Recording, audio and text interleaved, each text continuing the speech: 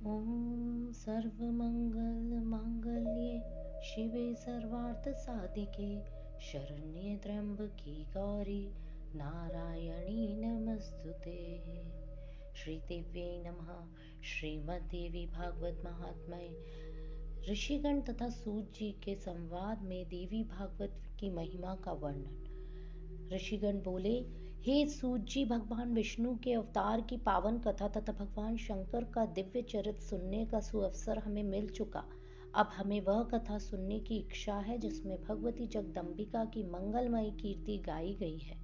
सूत जी कहते हैं, ऋषियों, तुम बड़े भाग्यशाली हो। जगत के कल्याण करने की इच्छा से तुमने यह बहुत उत्तम बात पूछी। अतः संपूर्ण शास्त्रों का जो सार रूप है वह प्रसंग विशद रूप से तुम्हारे सामने मैं उपस्थित करता हूँ।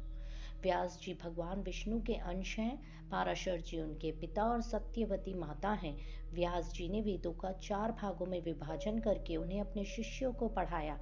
18 पुराणों की रचना करके उनको मुझे पढ़ाया। महाभारत की कथा भी सुनाई। उसी समय भुक्ति और मुक्ति प्रदान करने वाले देवी भागवत नामक पुराण की रचना की। स्वयं उसके वक्ता बने और राजा जन्मेजय को श्रोता होने का सुअवसर प्राप्त हुआ। पूर्व समय की बात है। जन्मेजय के पिता राजा परीक्षित को तक्षक सर्प ने डस लिया था। उनकी दुर्गति निवारण के लिए जन्मेजय ने देवी भागवत सुना। वेद व्यास जी के मुखारविंद से 9 दिन में इसका श्रवण विधि संपन्न हुई। वे त्रिलोक जननी भगवती आद्याशक्ति के विधि पूर्वक पूजन करते थे।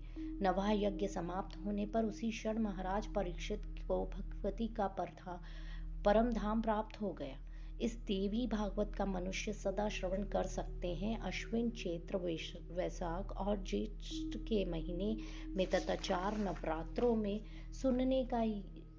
सुनने से यह पुराण विशेष फल देने वाला होता है। नवरात्र में इसका अनुष्ठान करने पर मनुष्य सभी पुण्य कर्मों से अधिक फल पा लेता है।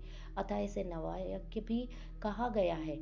महान तप, व्रत, तीर्थ, दान, नियम, हवन और यज्ञ आदि करने पर भी मनुष्य को जो फल दुर्लभ रहता है वह भी नवह यज्ञ से सुलभ हो जाता है। अतः देवी भागवत सर्वोत्तम पुराण माना जाता है। जो पुरुष देवी भागवत के एक श्लोक अथवा आधे श्लोक का भी भक्ति भाव से नित्य पाठ करता है उस पर देवी प्रसन्न हो जाती हैं।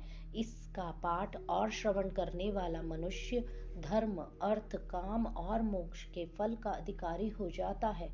एक बार भगवान श्री कृष्ण प्रसन को खोजने के लिए चले गए। वे बहुत समय तक नहीं लौटे। तब वासुदेव जी ने यह देवी भागवत पुराण सुना। इसके प्रभाव से उन्होंने अपने प्रिय पुत्र श्री कृष्ण को शीघ्र पाकर आनंद